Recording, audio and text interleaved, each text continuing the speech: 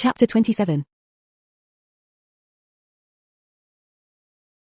It had been a good summer, Harry reflected as he sat across from his godfather at Florian Fortescue's ice cream parlor. True, he, Sirius, Luna, and her father had little luck tracking the blabbering humdinger in Zaire, and true that he had been forced to speak French for nearly 6 weeks. This was, naturally, the worst thing that had happened to him in recent memory, though Sirius was unsympathetic, told him he was just being dramatic, but he had had fun anyway. His and Sirius's month in Egypt, after the Weasleys had, in fact, won the 700 galleon draw, had been even more amusing, although Percy had joined Ginny in the not speaking to Harry department after Harry had distracted Mrs. Weasley while Fred and George had locked him in a pyramid.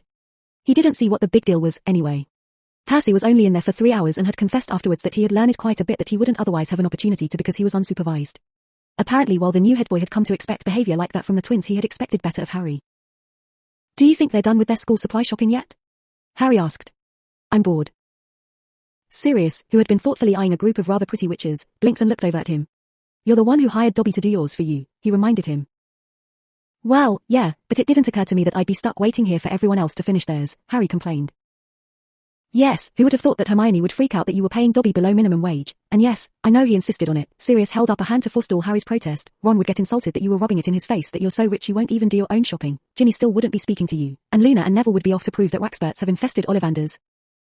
"It's a conspiracy, I tell you," Harry said forlornly. "You've still got me," Sirius said brightly. Harry didn't respond. Sirius rolled his eyes. "Well, you could have tagged along with them anyway," he pointed out. "That would totally defeat the purpose of me paying Dobby to do it for me," Harry said, sounding shocked. "I wonder why Draco always insists on doing his own shopping." "House elves have notoriously poor color scheme," Draco replied, the shop door slamming shut behind him. "Pinch me, I must be dreaming," Harry said to Sirius, who immediately did so. "Draco Malfoy has remembered that I exist." Draco crossed his arms irritably. "I never forgot." "Then why didn't you reply to any of the 37 letters I've sent you this summer?" Harry demanded. "Other than the fact that most of them were full of meaningless drivel about people I don't care about?" Draco asked. At Harry's nod, he continued, "Once my father found out about that stupid rumor you started, and we all know you did, so don't bother denying it. He and my mother have been fighting, and so they forbid me from having anything to do with you. And also because they think your new guardian might be a bad influence." "Like they're one to talk," Sirius grumbled. "And you're having something to do with him right now." Draco grinned. Harry was sure that as a result somewhere a puppy just died. "I'm officially a teenager. I've got to get that rebellion in somehow, don't I? Anyway, my mother's just finishing up with Madame Malkin, so I've got to go. Be seeing you, Harry." Bye," Harry replied distractedly. He turned to Sirius. "That was weird." "Indeed it was," Sirius agreed. "Me? A bad influence? Some people." "Well, you are a recently pardoned fugitive who spent who knows how many years in Azkaban," Harry pointed out tactfully. "My record was expunged," Sirius countered. "That means that legally, it never happened, and I've decided to refuse to acknowledge that it did. Besides, Lucius is a Death Eater." "He was cleared of all charges, so legally he isn't," Harry pointed out. Sirius snorted at that. "Speaking of Death Eaters, how do we stand on the diary front?" Harry frowned, confused for a moment until he realized that by diary Sirius meant Horcrux, and that he was, for once, mindful that there were other people around him that could potentially be eavesdropping on them. "Well, we've stabbed the diary, burned the cup, locket, and diadem. The snake probably isn't one yet, and we can take care of her later if she is one. I'm still one, so that just leaves the ring." "Where's the ring?" Sirius asked. "Can we take care of that today? You're going back to school tomorrow, and that severely restricts your movements." "That's true," Harry agreed slowly. "If I'm going, it'll have to be today. Does now work for you?" Sirius discreetly glanced at his watch. "All right. We need to hurry, though. I have a meeting with Dumbledore in 20 minutes. "Oh really?" Harry asked as they got up to leave. "Why's that?" "If it works, you'll find out.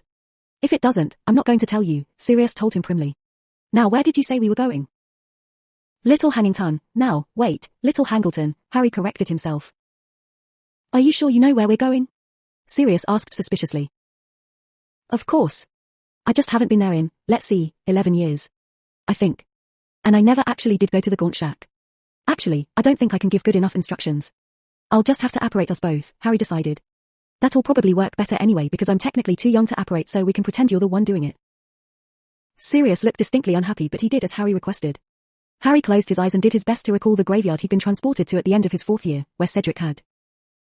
Harry felt a familiar yet unpleasant sensation around his navel, and he opened his eyes. He was standing in the graveyard. "Oh, you have got to be kidding me," Sirius said, looking around. "Can you be any more of an emo teenager?" "It's not my fault," Harry protested. Voldemort was the one with the overdeveloped sense of melodrama. I was just kidnapped and forced to be here. He paused. Sirius, you fell through the veil in 1996. How do you even know the term emo? I'm a fan of the music, Sirius said delicately. Hey, can I borrow your time turner? What makes you think I have a time turner? Harry asked neutrally. I'm not even going to dignify that with a response, Sirius said, rolling his eyes. Okay, fine, I totally have one. What do you need it for? Don't you trust me? Sirius asked, looking wounded. No, not even slightly, Harry replied. Please. Give me a reason, Harry instructed.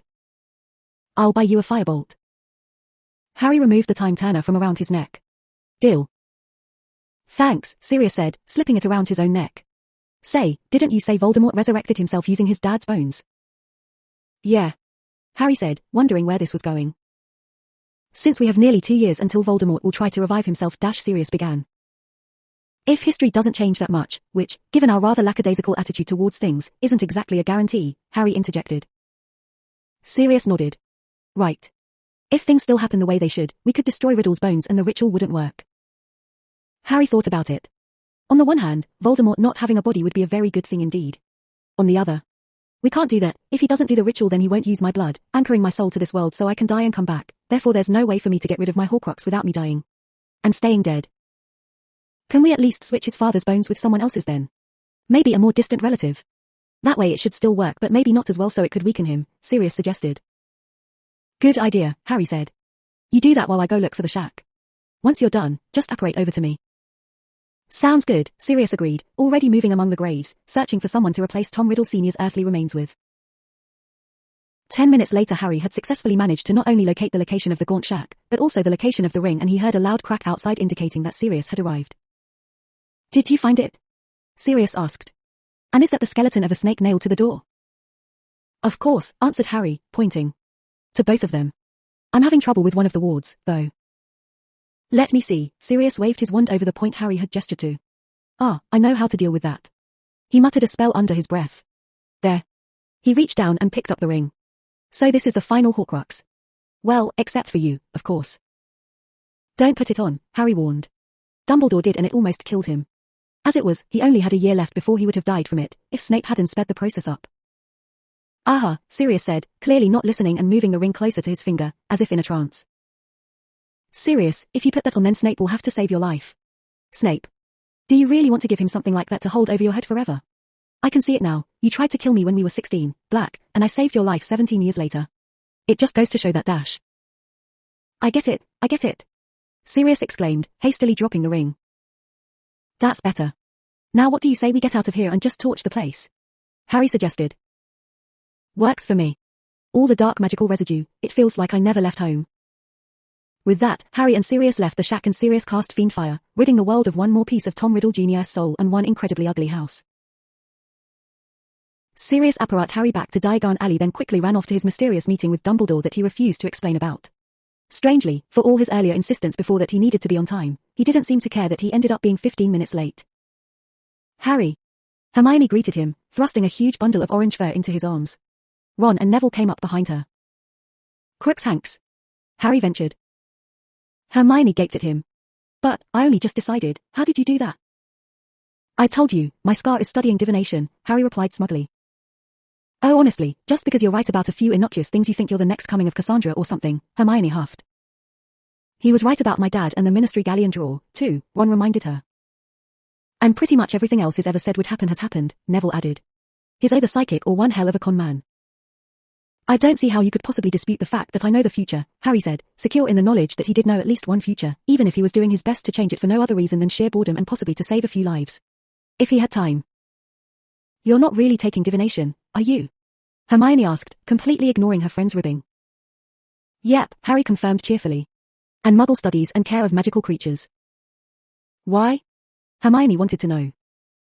Why not? You are, after all, Harry pointed out. I'm also taking such practical classes as arithmancy and ancient runes, Hermione shot back. Arithmancy, I'll give you, but I refuse to believe that ancient runes could possibly be practical, Harry said stubbornly. And I don't want to take either of them because divination and Muggle studies will be so much easier. What about care of magical creatures? Ron asked. Charlie took that and he said that it involves some real work.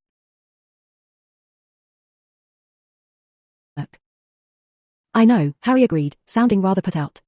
But I have to support Hagrid, don't I? Hagrid? Neville asked shrewdly. Is he our teacher, then? Since his name was cleared last year, sort of, when you told everybody about Voldemort opening the chamber 50 years ago. Ron flinched. Bloody hell, not you too.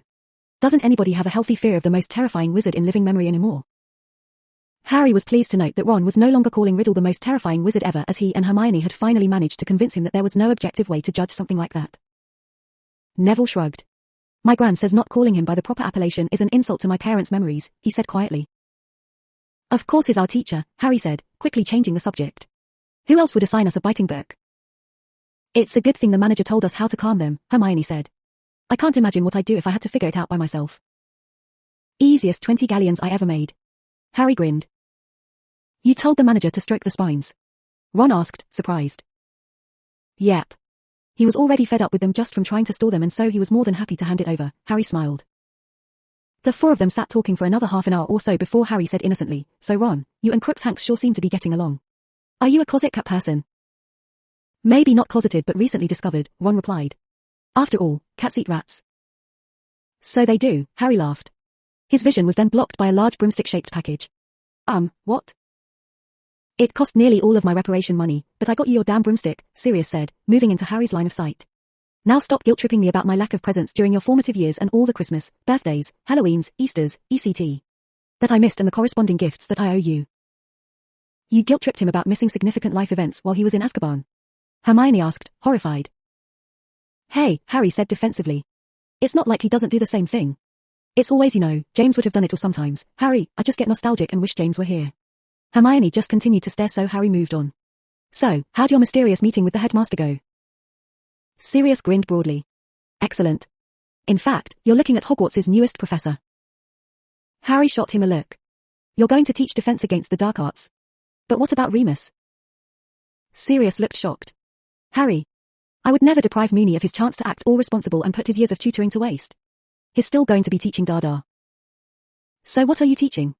Neville asked. History of magic, Sirius replied happily. What about Professor Binns? Hermione asked. I hadn't thought he was looking to retire. Plus, he's got tenure, so it's not like they can really fire him because he's boring. Sirius looked mildly uncomfortable.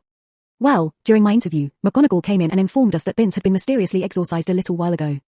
Imagine, while we were sitting here eating ice cream, poor Binns was ascending to a higher plane. Harry suddenly knew what Sirius had wanted his time turner for. Imagine that. Suddenly, a thought struck him. Wait, so we're going to have 2 Marauders as teachers? That is so awesome. Sirius grinned evilly. An old Snively will never know what hit him. Chapter 28. Can we please sit down now, Harry? Hermione asked after Harry had dragged her, Ron, and Neville after him while he systematically searched the entire train twice. If you haven't found whoever you're looking for by now, you're not going to find them. And look. Ginny and Luna are in the next compartment, let's go in there. But I haven't found Professor Lupin yet. Harry protested. Hermione's eye twitched. You mean to say we've spent the last 20 minutes traipsing around with all our luggage because you're looking for a teacher? Yes. Harry scratched the back of his head nervously and wondered why Hermione looked like she was 2 seconds away from beaming him with her trunk. Professors don't ride the train with the students, Harry, Ron added, giving him a look that implied that he was convinced Harry had recently, or not so recently, depending on how you looked at it, suffered a severe head injury. This is our 3rd year, surely by now you've grasped that fact. I know. Harry did not appreciate Ron's lack of faith. But I just thought that Professor Lupin might. Why? Neville asked. Because he's weird like that. Harry suggested. Hermione sighed noisily. At least you're not bringing your scar into it this time. Now come on, let's sit down before Harry thinks of somewhere else we can look. You didn't have to come with me, Harry said defensively as they headed off to join Ginny and Luna. His friends exchanged looks. Yes we did, they chorused.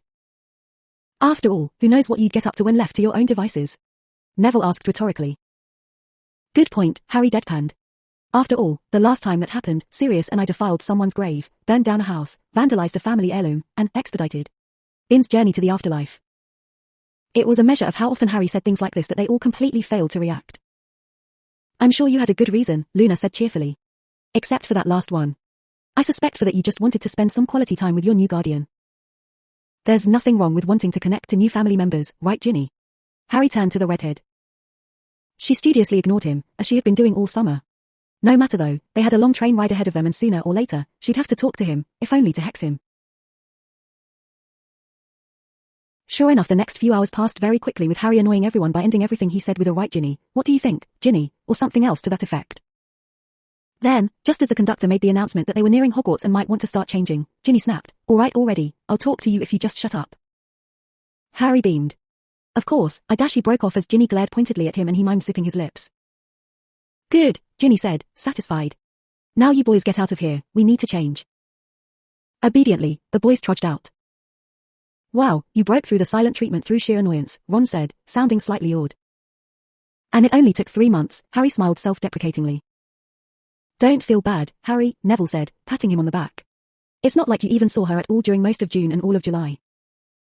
"You can come in now," Hermione said, opening the compartment door and slipping out, followed by the Ginny and Luna. Once inside the compartment, Ron and Neville began pulling on their robes while Harry had a staring contest with Hedwig. He was fairly certain he would lose as he didn't think owls were actually capable of blinking, but then, you never knew. As he did so, it occurred to him that he and Sirius had completely forgotten to get Ron an owl to make up for the trauma of having to actually spend time with Peter Pettigrew.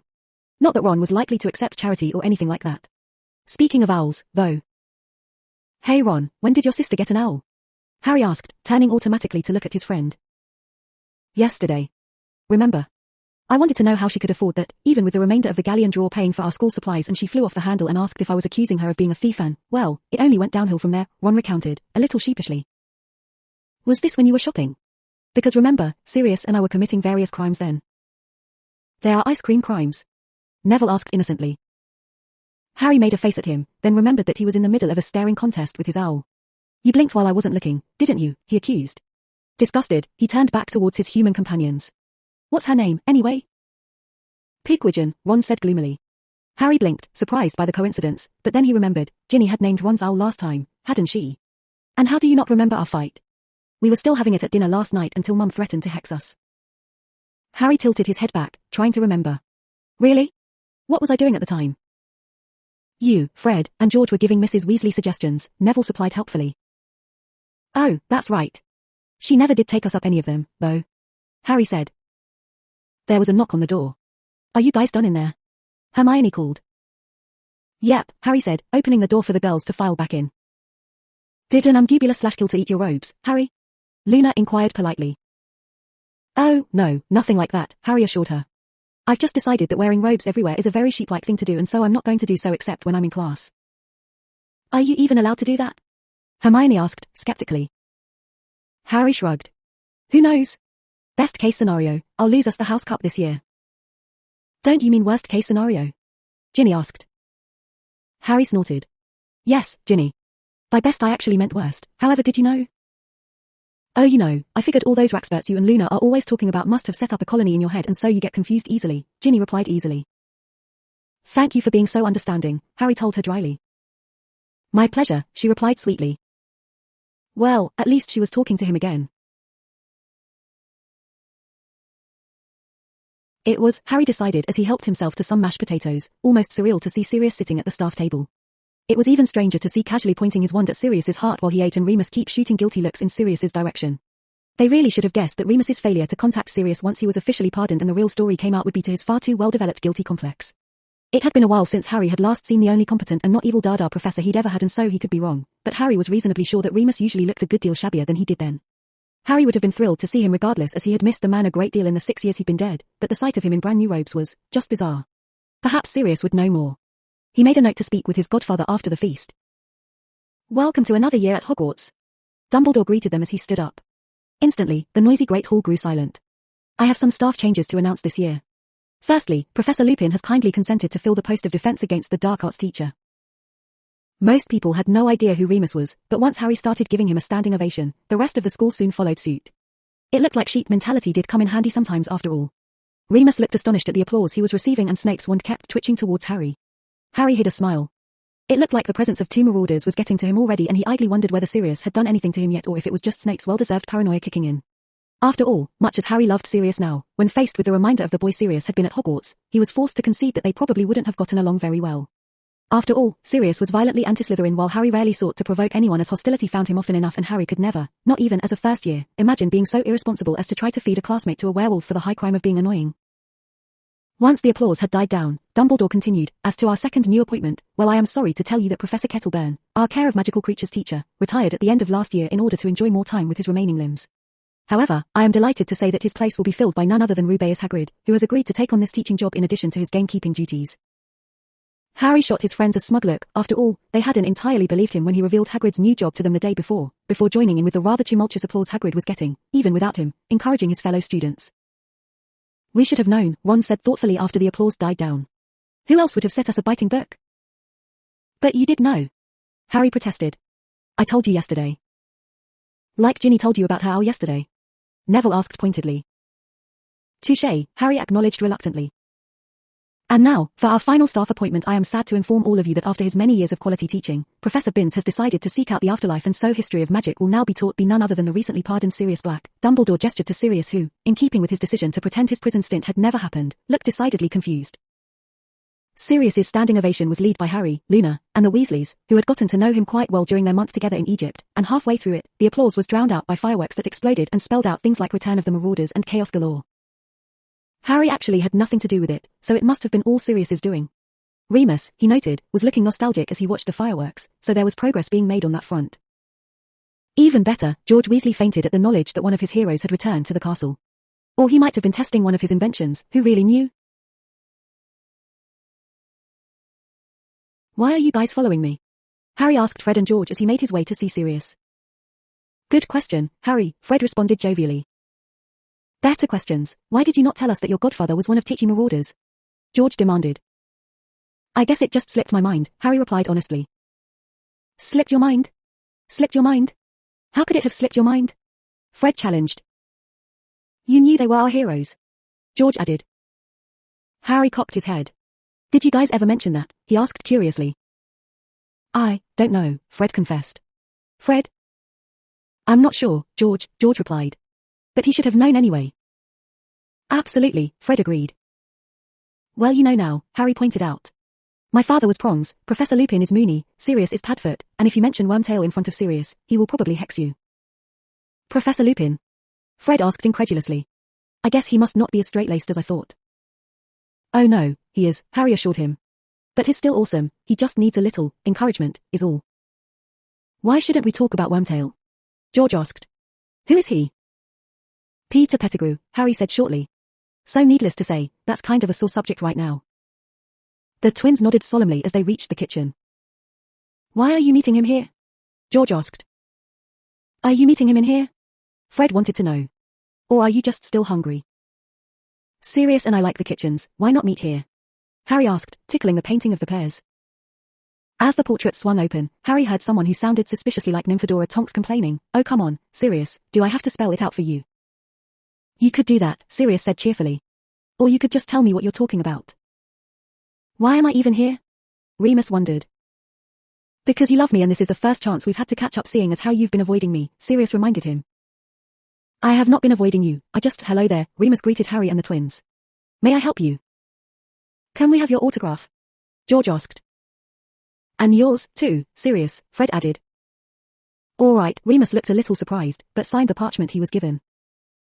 Why do you want my autograph now? Sirius asked. I spent August with you guys. But we didn't know you were Padfoot, then, George explained. Should I be insulted that they didn't recognize me?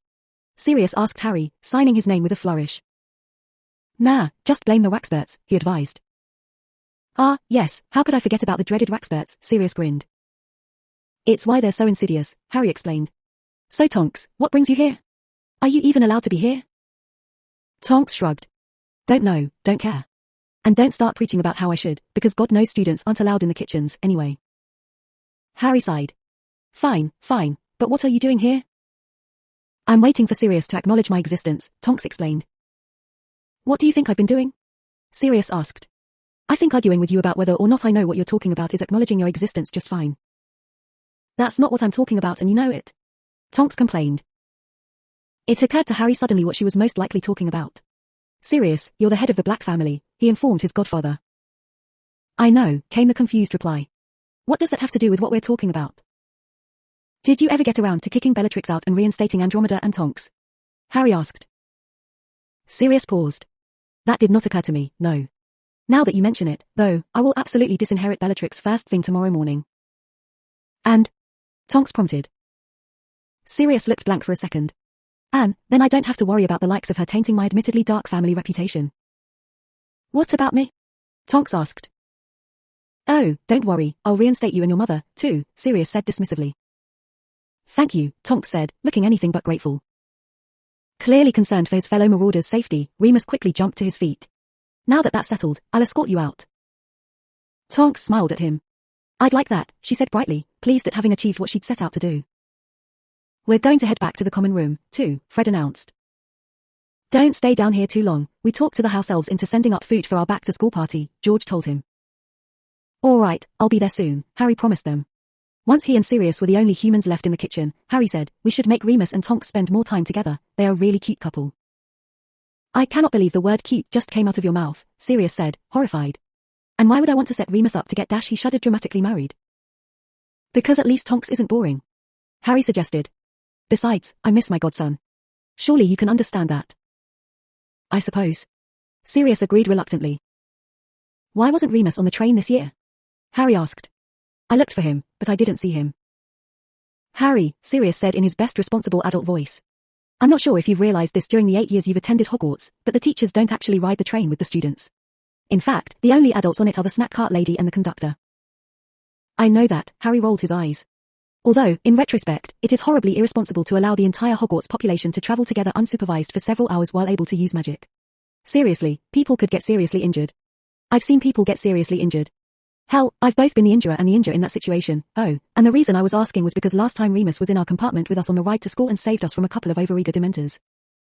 Sirius thought about that for a moment. Well, last time I was a fugitive everyone thought was after you and there were crazed dementors on the loose. This year, nothing really happened. I'm kind of surprised about that. I guess I expected Pettigrew to escape custody or else, well. Harry trailed off, embarrassed. Sirius laughed at that. What, you expected another prisoner to escape from Azkaban? Maybe.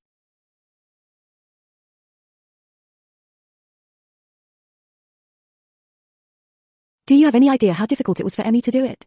Besides, I only managed it because I wasn't crazy dash at this, Harry coughed pointedly, so Sirius quickly amended, well, not overly so at any rate. I was sort of sane and I was an unregistered animagus. Now, as you're an animagus yourself, you should know how difficult it is to become one and not every idiot is capable of becoming one. In fact, I wouldn't be surprised if I was the only one in Azkaban. As far as Pettigrew is concerned, you, Ron, and Hermione were 13 the first time that happened. Well, they were probably 14 as it was the end of the year, but still. Ron had a broken leg, we had an unconscious Snape to deal with, Dementors attacked, and top it all off, Remus transformed. That was a very long string of bad luck on top of the fact that it didn't occur to any of us to simply stun him. Wormtail really is rather incompetent and as we got some competent people involved this time, there was no way he was going to be able to escape. I see, Harry said. So if there isn't going to be a fugitive out to get me, what are we supposed to do all year? I don't think I actually know how to handle having a school year without any mortal danger. I'm going to reconnect with Remus, you should get to know him as well, I suppose we can have him and Tonks interact during holidays and any weekend she comes by to bother me, you can work on getting Ginny to at least like you, and I fully intend to drive Snape to the brink of madness, Sirius announced.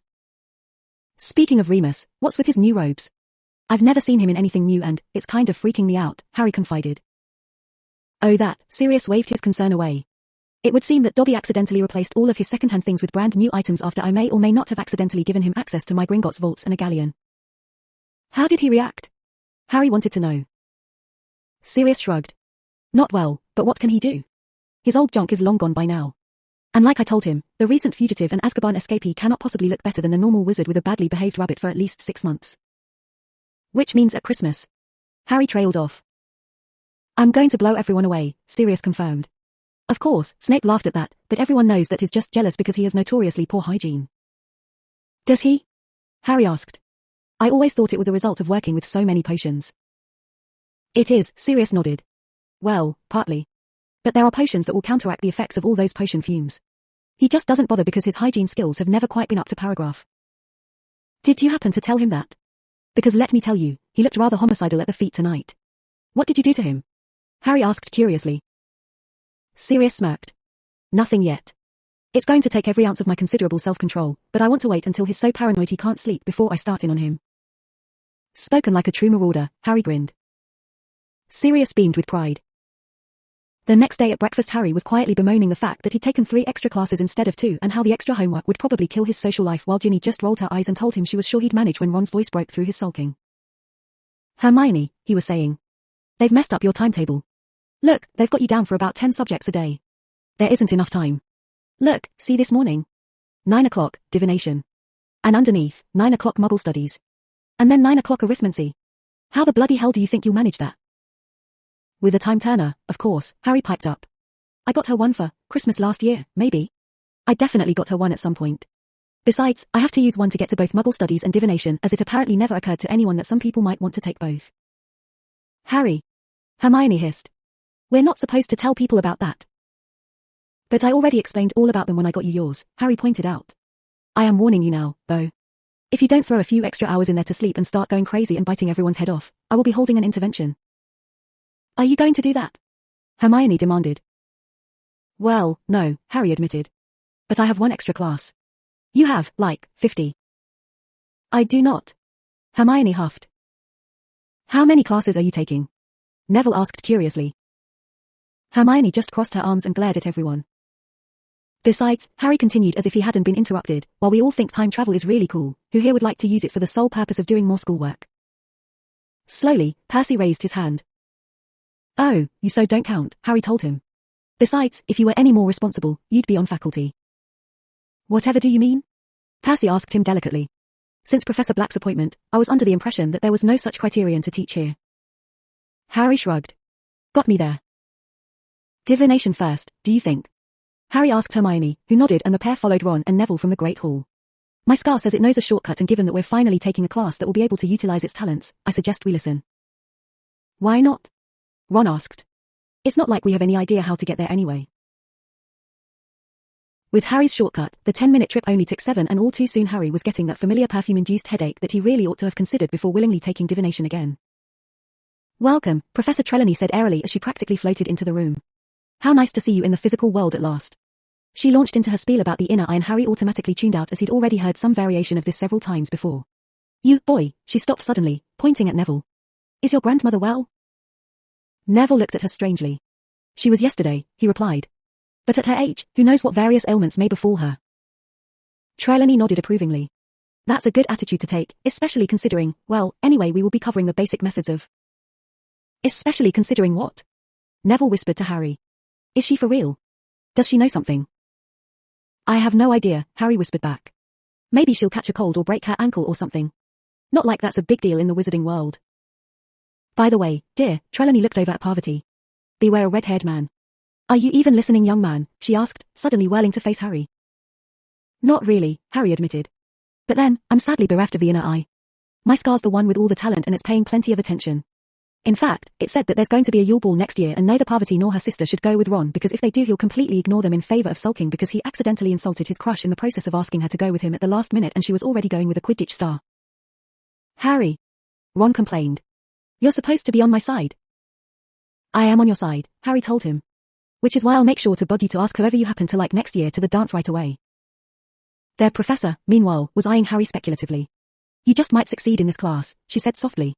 Being a seer by proxy is completely unheard of course, but there are some extenuating circumstances in your case, and you having a direct, private link to a seer is more than most people can hope for. Tell me, has your scar made any other predictions that have come true? Harry grinned. My scar said you'd ask that, and as such I've prepared a list. With that, he took out a piece of lined paper. To Hermione's consternation, he and his Muggle-born clients were still using Muggle school supplies where they felt they would be more practical, and the quill and parchment were the first to go, although it did cause some confusion when they were assigned a certain length essay and the professors just had to guess the equivalent in pages. That was covered in both sides in all the things he'd claimed his scar had predicted over the past 2 years. I see, Trelawney said, sounding impressed as she took the paper and placed it on her desk. She continued to outline the class to the students, and Harry began playing hangman with Ron.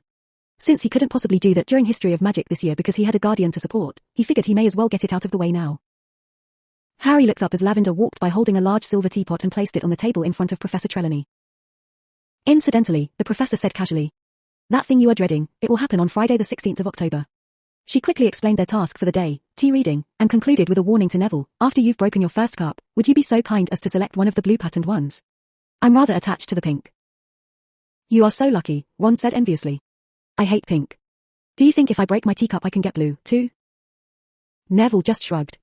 Hey Hermione, be my partner. Sure thing, Neville, Hermione agreed absent-mindedly as she took a sip of her tea. This whole thing sounds very sketchy, don't you think? I mean, it's all so vague. That thing you are dreading will happen Friday the 16th of October. It doesn't even say what it is that Lavender's supposed to be dreading, and unless something happens to go wrong on that day, no one will even remember it. Except you, probably, Ron murmured. Neville snorted but wisely chose not to invoke Hermione's wrath by saying anything. Honestly, Hermione said, irritated. Harry's scar is usually more detailed than that. To be fair, Harry said, hiding a smile. My scar usually only shares its predictions about people I know well, and Professor Trelawney just met us. And chances are that Lavender's going to be dreading quite a bit after a prediction like that, Neville added. She and Parvati have always been pretty superstitious. HMPH. Hermione frowned as she turned back to her tea. I'm done, Ron announced, handing over his teacup to Harry. Harry peered into the cup, then quickly consulted his copy of Unfogging the Future. I see, a circle, which it says represents a cycle beginning or ending, and a rat, which I'm going to take to mean Wormtail. So, you're going to make peace with the fact that Scabbers turned out to be a parent-betraying coward who attacked everyone last year. That's good. I also see a broom. You're either going to be traveling or play a lot of Quidditch. That sounds good to me, Ron said agreeably as he picked up Harry's cup. My turn. Let's see, there's an acorn thingy. It says that means a windfall, unexpected gold, which probably just means you have another money-making idea soon. Wouldn't surprise me. And I also see a dog. Hey Neville, does this look like a dog to you? Let me see, Neville said, reaching over to take the cup and accidentally knocking his own off the table in the process. Whoops. I was supposed to get a blue one, right? Don't bother, Harry said, lazily waving his wand. The cup instantly repaired itself, though the tea dregs were still on the floor. You might want to clean that up, though. Right, Neville nodded as stood to go find a dustpan. Definitely a dog, he said as he paused to look at Harry's cup from over Ron's shoulder. Let's see, a dog is a Grim. Hermione said as she checked the book. Definitely a Grim. Looks like you're going to die, Harry, she said casually. Your concern is touching, really, he replied sarcastically. Did someone say Grim? Trelawney asked eagerly as she hurried towards them. Well, I might possibly have one, Harry conceded. And I know it means impending doom, but it could just mean that someone's out to kill me, again. I don't really have anything planned out for this year, but I suppose it's possible someone might try. Or it might just be talking about my godfather. Trelawney stared at him. How could the Grim represent your godfather? Do you think he is going to die? He better not. Harry said darkly. But what I mean is, he's a dog animagus, looks just like that. There's also a key right by it, which means moving, and since Sirius is now my official guardian and we spent all summer traveling, I have yet to move in with him. I see, Trelawney looked torn between disappointment that it looked like she wasn't going to be able to announce Harry's death after all, and relief that she wouldn't be killing off such a promising seer. Even if it was only by proxy. Okay, you guys go ahead to Transfiguration. Harry and I will meet you there after Muggle studies, Hermione instructed. Why can't you just come with us to Transfiguration and then rewind time to take Muggle studies? Ron whined, not happy at the thought of trying to make his way from the North Tower to Transfiguration with only Neville to guide him. Because after Muggle studies I still have arithmancy, and I don't trust Harry to have an entire class period free without managing to inspire chaos, Hermione shot back. So wait, we go to Muggle studies together but then I have to make my way to Transfiguration alone? Harry asked. You trust me to do that?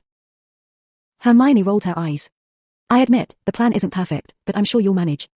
Now let's go. With that, the pair went off down the hall. Once they reached the Muggle Studies classroom, they each took out their time turners and took themselves back to 9 o'clock. When they entered the classroom there were only 5 other students there, Terry Boot and Michael Corner from Ravenclaw, Susan Bones and Ernie Macmillan of Hufflepuff, and, oddly enough, Theodore Nott. What are you doing here? Harry asked in surprise as he sat in front of the sole Slytherin. Taking the class, came the terse reply. Can Slytherins do that? Harry was incredulous. Only since Dumbledore became headmaster, Theodore said dryly. Harry scratched his head in confusion. But, why would you even want to take it? Isn't your father a Death Eater? Theodore glared at him. For some reason, he had never really liked Harry and had always acted like he was bothering him. Which he usually was. But still. If my father were a Death Eater he'd be in Azkaban. As he is not, we can only conclude that he is not. He's the one who encouraged me to take this class, in fact. He had a misunderstanding with a Muggle once and the girl shot him twice. Guns aren't legal in Britain, Hermione interjected. He was in Las Vegas, Theodore explained. Ah, Las Vegas, Harry said wistfully. I've never been there, but I've heard some nice things. My father wants to make sure that I don't get killed because I know nothing about Muggles, Theodore concluded. Also, he says the way people speak about them as if they are the sort of mythical creatures you'd find in the Quibbler to be embarrassing. That's quite a progressive attitude to take for a pureblood supremacist, Harry said admiringly. Who said we're pureblood supremacists? Theodore challenged. In my experience, most pureblood families remain so as they either know nothing or hate everything about Muggle, Harry answered. What about the Weasleys? Hermione asked innocently. Harry glanced over at her. Have you heard about their squib second cousin they like to pretend doesn't exist? Hermione shook her head. I mean, they claim it's just because he's nasty and resentful of their magic, but it's really a problem perpetuated by society. Imagine, not too long ago pureblood families imprisoned if not outright killed their squib children. Even those that weren't killed were often abandoned and some had their memories erased. Those that managed to escape that fate still weren't able to go to Hogwarts and often didn't receive a Muggle education, and so when they became adults they didn't know how to become a member of the Muggle world and didn't fit in here either. Why do you think Filch is so bitter? Harry asked rhetorically. It's up to our generation to change things, though, and chances are at least one of the 7 Weasleys will marry a non-pureblood. Hermione stared at him the way she always did when he started getting serious. Fortunately, their professor chose that moment to enter the classroom, dressed in jeans and a sweatshirt that said Cambridge on it. Harry vaguely recognized her as Charity Burbage, a woman whose picture had been in the obituary edition of the Daily Prophet following the Second Battle of Hogwarts. Welcome, class, she beamed at that. My name is Professor Burbage and I am pleased that we have representatives from all 4 houses this year. Before we start, I'm going to need to gauge how much you already know about the Muggle world. For instance, raise your hand if you know what electricity is. Aside from Harry and Hermione, only Theodore not raised his hand. Maybe he was serious about his dad wanting him to have a passing knowledge of Muggles. Interesting. How was Muggle studies? Neville asked as Harry flew into the Transfiguration classroom. And don't worry, you're not late. Good, Harry sighed, relieved. And it was interesting. I actually learned something. Neville raised his eyebrow skeptically. Well, not much, Harry admitted. But considering I didn't think I'd learn anything, it was quite an accomplishment. Hermione chose that moment to slip into the classroom and look around frantically to see if she was late. How was? Ron paused, trying to remember what else she had taken already that morning. Arithmancy? It was great, Hermione said, eyes glowing.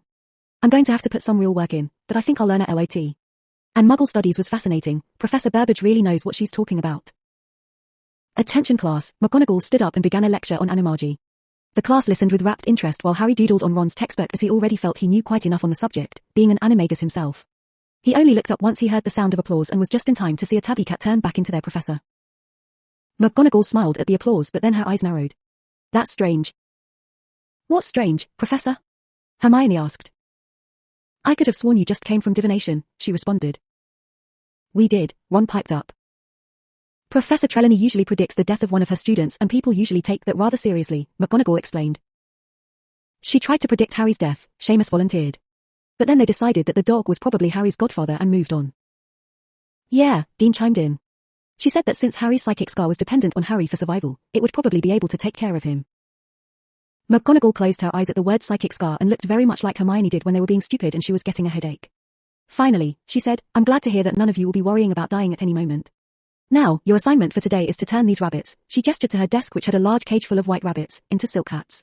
Points will, of course, be subtracted if the hats have fur, whiskers, or moves around and your instructions are on the board. After everyone had grabbed a rabbit and started attempting the transformation, McGonagall started walking around the classroom and observing everyone's progress. When she got to Harry's group, she frowned.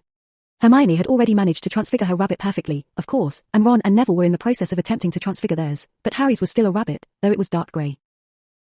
Mr. Potter, McGonagall frowned. You usually have yours done long before now. Are you having problems? Harry shook his head. Not really, I'm just attempting to do this without a wand. Obviously, it's a work in progress. The professor's frown deepened. May I ask why you're attempting to do this without your wand? Because I already did it normally. See? With that, he waved his wand and his nearly black rabbit turned into a black hat. He waved it again and the hat turned back into a white rabbit. Of course, now I have to start all over. Harry lamented. McGonagall just stared at him, shocked. Did you just manage a silent transfiguration? Whoops. Yes. McGonagall looked a little teary-eyed and was probably caught up in memories of his father the transfiguration prodigy. Carry on, Mr. Potter, carry on. So, since you're done, do you want to help me? Ron asked hopefully. Harry looked incredulously at him. Done? I've got even less done than you. Asked Hermione. With that, Harry went back to work turning his rabbit black. After lunch was care of magical creatures with Hagrid. You know, Draco said casually as they all opened their books to page 54, which was the start of the section on hippogriffs. If I hadn't done my own school supply shopping, I might never have known how to open these. Think how embarrassing it would have been to have had to tie a belt around the book because I didn't know we had to stroke it. But Draco, Harry retorted. I paid Dobby do my shopping and I still know how to do it. Don't you have a psychic scar? Draco asked. I sort of think that's cheating. Meh, Harry shrugged. Once Hagrid was done explaining about hippogriffs, he asked for a volunteer. As expected, no one wanted to get near them until they were sure it was safe. It wasn't like they thought that Hagrid would purposely endanger them or anything, but what was considered safe by a half-giant like Hagrid was a bit different from what was considered safe for a bunch of 13-year-olds. Naturally, then, the burden of volunteering fell on Harry. "I'll do it," he called cheerfully. "Good man, Harry," beamed Hagrid. "Right then, let's see how you get on with Buckbeak." With that he untied one of the chains and pulled Witherwings, Buckbeak now, out into the paddock. Harry walked confidently towards the hippogriff and bowed deeply, making sure not to blink as he did so. When he looked up, he saw Buckbeak bow just as deeply. It looked like Hagrid was right about confidence paying off when dealing with hippogriffs. He slowly approached Buckbeak and started to stroke its beak. "Well done, Harry," cried an ecstatic Hagrid over the class applause. "Right then, Harry. I reckon he might let YA ride him." Harry shrugged. Sweet. He listened carefully to Hagrid's advice about mounting a hippogriff, and before he knew it he was flying around the Hogwarts grounds.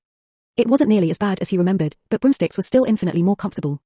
Especially the Firebolt 2000 he'd just gotten a few weeks before getting thrown into the past. As Harry landed, he saw a bright flash and looked over to see Colin Creevey standing there with a camera. He got off of Buckbeak and went over to see what the second year wanted. "I'm on my way to herbology," Colin explained. "Do you think the Prophet would want this as a human interest piece?" Harry considered. Probably. Especially considering this is Hagrid's first class after his record was expunged. "Great," Colin beamed. "Expect it in the Prophet sometime next week. Bye, Harry." Later Colin, Harry waved back as he returned his attention to his class. Emboldened by Harry's success, the rest of the class climbed cautiously into the paddock. Hagrid untied the hippogriffs one by one, and soon people were bowing nervously, all over the paddock. Harry quickly headed over to Draco, Crabbe, and Goyle, who had claimed Buckbeak. "Draco, if you ruin Hagrid's first class for him by insulting Buckbeak when he warned us repeatedly not to do that, then I will officially start a rumor that your mother's not really a black as your grandmother was cheating on your grandfather with Abraxas Malfoy and thus your parents are half-siblings." Draco glowered at him and opened his mouth to protest. "Don't think I won't," Harry warned. "Fine," Draco glared as he stormed off to join Pansy and Millicent, Crabbe and Goyle at his heels. So he may have pissed Draco off, but at least the rest of Hagrid's class passed peacefully and non-violently. Chapter 30. Harry wasn't quite sure what to expect when he walked into History of Magic. That was the only class in which he'd only ever had one teacher for his entire Hogwarts career, as ghosts didn't need substitutes. One thing he did suspect was that falling asleep in Sirius's class would be a very bad idea. Sure enough, Sirius started the class off with a warning against that very thing. "Hello, my name is Professor Black. I used to attend Hogwarts, go Gryffindor. And as such I had to endure my predecessor's teaching as well. Frankly, I don't think I was conscious for any of Professor Binns' lectures, and I understand that many of you have had that same experience. If you want to fall asleep in my class, I will not stop you, but know this, the charms that were mysteriously applied to my classroom recently could very well turn you blue, change your gender, make you unable to use the letter E, force you to speak in sonnets, or something else entirely that we haven't discovered, yet. For those of you who don't know how to compose a sonnet, well, you should have stayed awake. I also feel obliged to warn you that those unfortunate enough to disregard my warning found that the hospital wing was quite unable to help them out and they're just stuck the way they are for an entire week. Any questions before we begin?" Immediately, there was a flurry of hands. "Won't you get in trouble for hexing students?" Lavender wanted to know. "I would," Sirius acknowledged. "It were me who was hexing them and not my classroom." "Why haven't you moved to a different classroom?" Seamus asked. "I tried that with some fifth-year Hufflepuffs," Sirius replied. "It didn't work." "What happened to Professor Binns?" Parvati asked.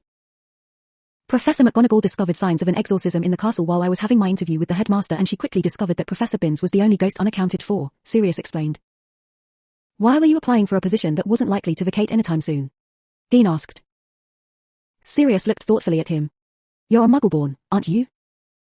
Dean looked surprised and a little wary. "Yes, how did you know?" Sirius laughed. "I could tell by all the valid questions, you tend to get those more with people less affiliated with the wizarding world. And I was applying because I was hoping that the headmaster would rather have a live teacher than a ghost. The fact I was there when the exorcism was discovered was just good timing." "How did you escape from Azkaban?" Ron asked. Sirius stiffened. "I'm not sure what you're talking about, young man. I've never been to Azkaban in my life, and I challenge you to find any legal documentation that says otherwise." "Then where were you for most of my life?" Harry piped up, just to be annoying. "Mallorca," Sirius lied easily. "And yet you abandoned me to my magic-hating relatives?" Harry asked, sounding horrified. "Hey, I got you a firebolt, didn't I? What more do you want?" Sirius demanded, crossing his arms. "Is the curse just if we fall asleep, or is it also if we're not paying attention?" Neville asked. "No idea," came Sirius's reply. "But do you really want to be letting your guard down in a room that hexes sleeping people?" "Point," Neville admitted. "Are you going to be following Professor Binns' curriculum?" Hermione asked naively. Nope, Sirius said cheerfully. All you need to know about the Goblin Rebellions for now is that they keep happening because goblins have a bloodthirsty nature and wizards keep trying to subjugate them, such as the Wand Ban of 1631 which prohibited any magic creatures other than witches and wizards from using wands, although that was probably a reaction to the 1612 Goblin Rebellion that took place in Hogsmeade. Be careful of goblins, kids. They are intelligent, ruthless, and control the money supply. The students stared at him. That was the first mildly interesting any of them had ever heard about goblins, and they were a bit concerned about what might happen to the economy in the event of another Goblin Rebellion. But enough about that, we can cover goblins when we get nearer to owls.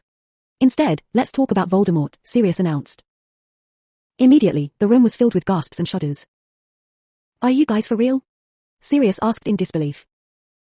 Harry quite understood his astonishment. While it was understandable that people had been afraid to use the appellation of Voldemort at the height of his power, 12 years had passed since then and no one except Harry knew what a world where Voldemort was running wild was like, so why in the world were they acting so terrified? Harry had more or less gotten used to everyone's paranoia, but Sirius had been thrown into Azkaban the minute Voldemort died and had been a fugitive and or surrounded by people who actually knew full well the horror Voldemort's reign wrought. Tell you what, Sirius decided. Anyone who can use the word Voldemort in a sentence in front of me without twitching, stuttering, or turning pale gets 50 points and I'll agree to supervise one of their detentions. Now, to make a note to tell my other classes. He muttered, turning to the chalkboard and writing Voldemort in all capitals across the top. So we're learning about Voldemort? Hermione asked immediately. We really don't have many facts about Voldemort, Neville chimed in. Just myths and legends. Sirius grinned. 100 points to Gryffindor. Great, Harry groaned. Not only does my godfather apparently hate me, but two of my best friends do, too. Don't worry, Harry, Ron tried to reassure him. It's not like I'm going to say it. Maybe not now, Harry conceded. But all things considered, I think we're going to be spending quite a bit of time on He Who Must Not Be Named. Why are you calling Voldemort that? Hermione asked, curiously. You never do that. Desperate times call for desperate measures, Harry replied seriously. Now, to cement my place on the hit list of any self-respecting Death Eater, that is, if there were any, I'm going to begin by telling you that Lord Voldemort is an alias for one Tom Marvolo Riddle. Fun fact, if you rearrange the letters of Tom Marvolo Riddle you get the words I am Lord Voldemort. So basically the most feared name around is actually just the posturing of a bored teenager who really got lucky that Voldemort means flight from death in French, Sirius said brightly. Also, Riddle was a half-blood who had daddy issues because his mother, a pureblood by the name of Mara P. Gaunt and who was one of Salazar Slytherin's only heirs, married a muggle also named Tom Riddle after dosing him with a love potion. Mara P. Gaunt eventually deluded herself that her little love slave was really in love with her and stopped feeding him the potion. He immediately left her and their unborn child and went home. There's a lesson to be learned from all this. Can anyone tell me what that is? Don't assume the guy you're feeding love potions is in love with you and stop. Lavender suggested. Seamus blanched and slowly started inching away from her. Sirius stared at her. I was actually going to say don't drug people with a love potion or always tell your significant other that you are a witch or wizard before the wedding a child is conceived in case they don't handle it well so you can obliviate them and move on, but that was a good, if creepy, guess. Now, once Riddle left Gaunt lost the will to live, peddled her possessions, gave birth at an orphanage and died. Little Riddle resented being abandoned by his father and this may have played a part in his strong anti-muggle sentiments. Additionally, Gaunt's father and brother also passed away, leaving Riddle the only remaining heir of Slytherin. Does that mean that he opened the Chamber of Secrets 50 years ago? Dean asked. Sirius nodded. Yes, he did and he killed a fellow student of his who many of you may know as Moaning Myrtle from Ravenclaw. Now, does anyone have any questions? Once again, there was a flurry of hands. When Harry got to potions, Snape was nowhere to be found. Lockhart, however, was standing behind Snape's desk, scowling something fierce. Professor Lockhart? Harry asked, somewhat tentatively. What are you doing here? 10 points from Gryffindor for your cheek, Potter, Lockhart said curtly. Harry was puzzled for a moment before the truth dawned on him. Professor Snape. 10 more points for pointing out the obvious, Potter. As pleased as Harry was to counteract Hermione and Neville's huge point draw for saying Voldemort, he knew that to lose 20 points for very little in reason in less than a minute meant that Snape must be pissed. Clearly Snape's current predicament was Sirius's all fault. He was almost glad that Sirius had finally gone ahead and done something. He was getting worried. What's Lockhart doing here? Neville asked quietly as they started working on their shrinking solutions. It's not really him, it's Snape, Harry whispered back. I think Sirius pranked him. Why? They haven't let go of their Hogwarts rivalry, Harry explained. Of course, in Snape's defense, and I can't believe I just said that, Sirius did bully him mercilessly for years, helped drive away his only friend, and nearly killed him because Sirius really hates Slytherins. Of course, Snape used to be a Death Eater, so maybe that's a reason Sirius is still upset. And so your godfather is still attacking him now? That's kind of pathetic, Neville admitted. Harry shrugged. Hey, he ate rats for me. I say let him have his fun. Are you two chatting or working? Snape demanded, storming over. Longbottom, how on God's green earth did you manage to turn your shrinking solution orange? Neville glanced down at his potion, which was indeed orange. Ha, what do you know? It is orange. Isn't it supposed to be green? Indeed, Snape sneered. The effect was kind of ruined by the fact that he still looked and sounded like Lockhart, though, and in fact it was rather comical. Longbottom, at the end of this lesson we will feed a few drops of this potion to your toad and see what happens. Perhaps that will encourage you to do it properly.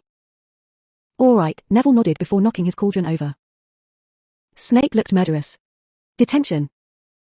After he stormed away, Neville murmured, "It's a good thing Professor Black volunteered to supervise my next detention." "Why'd you knock your potion over, Neville?"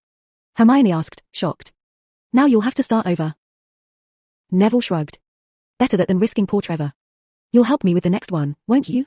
He might still want to do it." Fine, Hermione agreed reluctantly, not wanting any harm to befall Neville's toad and knowing that potions would never be Neville's strong suit. "Is Trevor even down here?" Harry inquired. Ron snorted. "You think that will stop him? Nice job, by the way, Neville. That was awesome." "Thanks," Neville smiled. He'd really come a long way. Harry was really looking forward to his first defense against the dark arts lesson with a teacher that wasn't either a fraud or evil. Or Snape. Although given the fact he pretended to be a loyal Death Eater and the fact that he'd just tried to kill Trevor, both of those points were debatable. He remembered that the first lesson was on Boggarts and that it was in the staff room, but he was still a little thrown off to see Snape, still looking like Lockhart, waiting for them. And he had to be waiting for them or else he would have put up more of a fuss about leaving or the third-year Gryffindor's presence. Possibly no one's told you, Lupin, but this class contains Neville Longbottom. I would advise you to be on your guard as he has spent far too much time with Harry Potter and is liable to cause wanton destruction at the slightest provocation. Neville glared defiantly at Snape but said nothing, not wanting to push his luck. "I was hoping that Neville would assist me with the first stage of the operation," Remus said casually. "I'm sure he will perform it with minimal collateral damage." Neville looked pleased while Snape amused Harry further by showing him how Lockhart would look curling his lip in disgust before leaving. "Have you spotted it, Harry?" Remus's voice broke through Harry's mental replaying of how hilarious Snape was when he looked like Lockhart. "Spotted what?" Harry asked automatically. "What advantage do we have over the Boggart?" Remus repeated. "We can neutralize its effectiveness by waving our wands, thinking of something amusing, and saying ridiculous." Harry guessed. Remus frowned. "I was actually going to say because trying to frighten multiple people will confuse it and it won't know what form to take, but I suppose that is another advantage. Let's practice the charm without our wands first. After me, please, ridiculous." Finally, Remus was satisfied that they had the spell down. "Right, Neville. First things first, what would you say is the thing that frightens you most in the world?" The thought of Harry as Minister of Magic, Neville replied immediately. "Hey!" Harry protested while the rest of the class laughed. "Harry as Minister of Magic, Neville, I believe you live with your grandmother." "Sure do," Neville said cheerfully. "But she'd be just as scary as Minister, though obviously for different reasons." No, you misunderstand me," Remus explained. "I wonder, could you tell me what sort of clothes your grandmother usually wears?" Harry was starting to get a bad feeling about this. Sure enough, 2 minutes later an older-looking Harry stepped out of the wardrobe, beaming. "You know, Boggart," Harry said. "Monday is probably the most depressing day ever, let's cancel it. And what's this nonsense about not being able to own a dragon in Britain? I say we give one to anyone with a license. Oh. And we can add a dragon tax to the pureblood tax. And how did the ghost community respond to my decree to allow Sir Nicholas into the Headless Hunt? I dash." "Ridiculous!" Neville shouted, desperately. Instantly, Harry was in drag. He didn't think the sight of him wearing a long, lace-trimmed dress, a towering hat topped with a moth-eaten vulture, and swing a huge crimson handbag from his hand was very funny, but apparently the rest of the class disagreed as they were in stitches. Harry, annoyed by the image and wanting a chance to face the Boggart and knowing that Remus wouldn't be inclined to let him, raced forward. There was a crack and, to Harry's surprise, instead of a Dementor there was a flash of bright green light. The killing curse, Harry realized even as he raised his wand and cried, ridiculous. As the Avada Kedavra turned into a light show, Harry mused that he really needn't have bothered as his classmates seemed to find his fear of green light hysterical. Seriously, Harry? Green light? Ron asked through his laughter. It was the killing curse. Harry insisted. I don't want the people I care about to die. I'm sure it is, Harry, Hermione tried to console him but she couldn't keep a straight face. Fine, Harry crossed his arms. Why don't you try it? Maybe I will, Hermione declared before stepping up the Boggart. There was another crack and McGonagall was standing there, looking disappointed. I don't know what to say, Ms. Granger. You had so much potential, or at least I thought you did. Now, I don't know what to think. You've failed. Everything. We've never had a student fail everything before and so we're kicking you out of Hogwarts. Hermione screamed. Hermione, Ron ran up to her. It's just a Boggart, remember? This isn't real. Imagine she can only speak in sonnets like Professor Black said.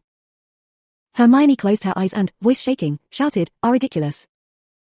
For a moment, nothing happened, then McGonagall continued her rant Shakespeare style. "Miss Granger, I just don't know what to say. You've failed everything and that is the truth. Now you must leave Hogwarts at once today. Education is wasted on you youth. You're a disappointment and a disgrace. No one's ever failed everything before. How dare you even stay and show your face? Foolish girl, hurry and run out the door. Honestly, you're better off a muggle. Of course you are clearly so very dim. That will end up a struggle. I'm telling you now your future is grim. This is really for your own good, my dear. That I'm now throwing you out on your rear." Ron smiled reassuringly at Hermione before he stepped up to face the boggart. Crack! McGonagall turned into a 6-foot-tall spider covered in hair and clicking its pincers menacingly. "Ridiculous!" Ron yelled after only a moment's hesitation. The spider's legs vanished and the boggart rolled Lavender's way. "Thanks, Ron," Hermione said quietly as they watched their classmates deal with the boggart. "Don't worry about it," Ron told her. "Seriously, don't. You're brilliant. You're the smartest person I know, except for Dumbledore and sometimes Harry. They would never throw you out." "Let's give them a moment, shall we?" Harry suggested, pulling Neville off to the side. "Neville, finish it," Remus called. Neville stepped up to the boggart and it turned back into Minister Harry. Ridiculous. The minute that boggart was in a dress, there was a loud flash. Harry spun around and groaned when he saw Draco Malfoy standing at the door, holding a camera. Draco grinned. "Payback's a bitch, Potter."